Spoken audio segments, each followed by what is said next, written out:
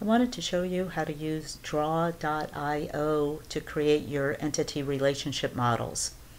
First, open up a browser with Draw.io, and then you can save your diagram to these various spots. I'm just going to save it to the browser for now. I'm going to create a new diagram, and let me call this Week 2 ERD. And to get started, make sure you pick the entity relationship template.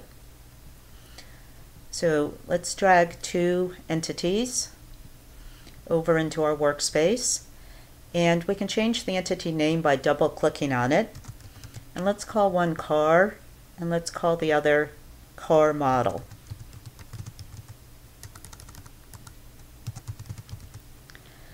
And for car, an individual car has a vehicle ID.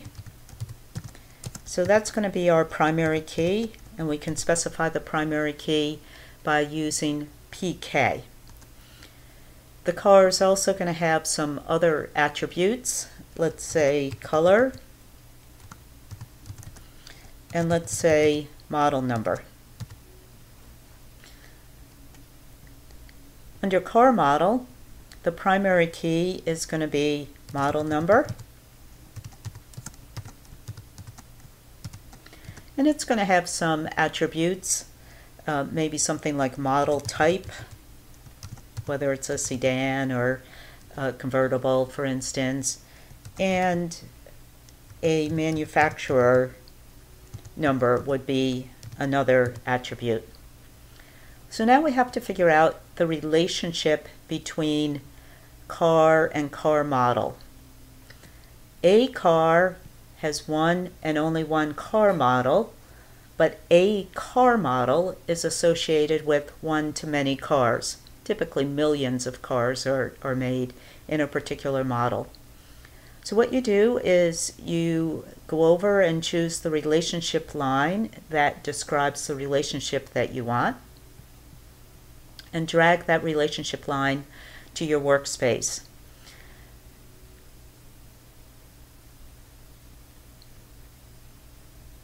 Drag one end of the line to one entity, the other end of the line to the other entity. And if you don't like the way the system defaults to that, I kind of like the orthogonal lines better.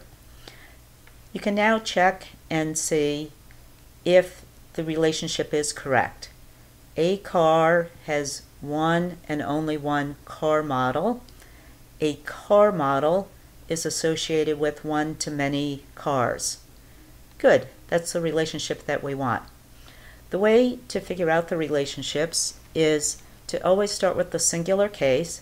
A car has one and only one car model, and the relationship associated with one and only one is near the object of the sentence, in this case, car model. A car model has one-to-many cars. Once again, the relationship is near the object of the sentence, in this case, car. Now we have to assign our foreign keys, which we'll get into in some later weeks. But the foreign key always occurs in the entity that occurs many times in relationship to the other one. So we'll put the model number in the car.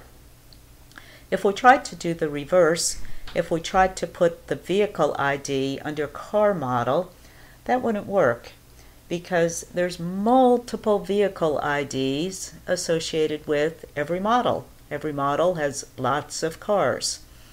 So if you don't remember the rule of the foreign key goes in the entity that occurs many times in relationship to the other one, all you have to do is try it, figure out the logic. A foreign key exists for every relationship, and there's only one foreign key when there are two entities in a relationship. So one foreign key here. Let's try one more. And this time, let's call this entity manufacturer.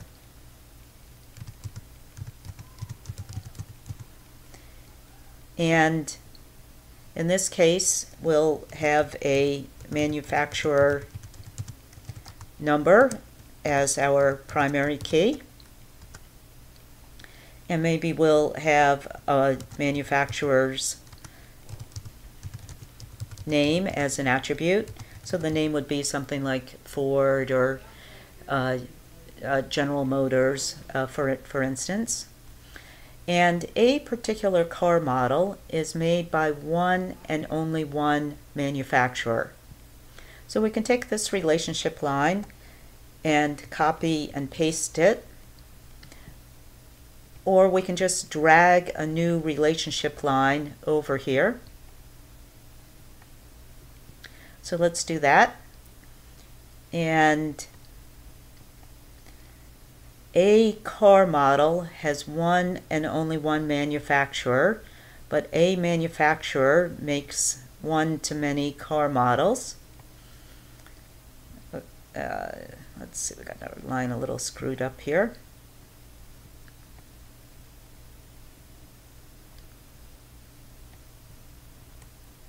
Okay, so let's check this. A car model is made by one and only one manufacturer.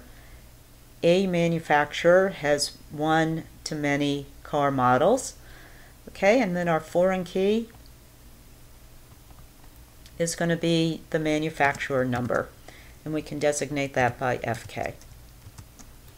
If we wanted a different relationship, what you do is you pick the relationships from the template here and drag them over into your workspace.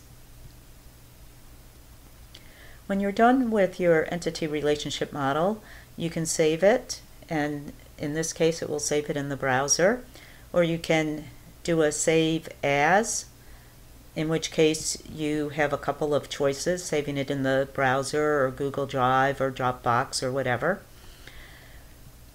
In addition to saving it, you can download it as either a picture format being .png, .gif, or .jpeg, or as a PDF document.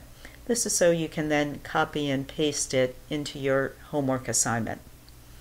So I hope that helps. If you have any questions, please let me know.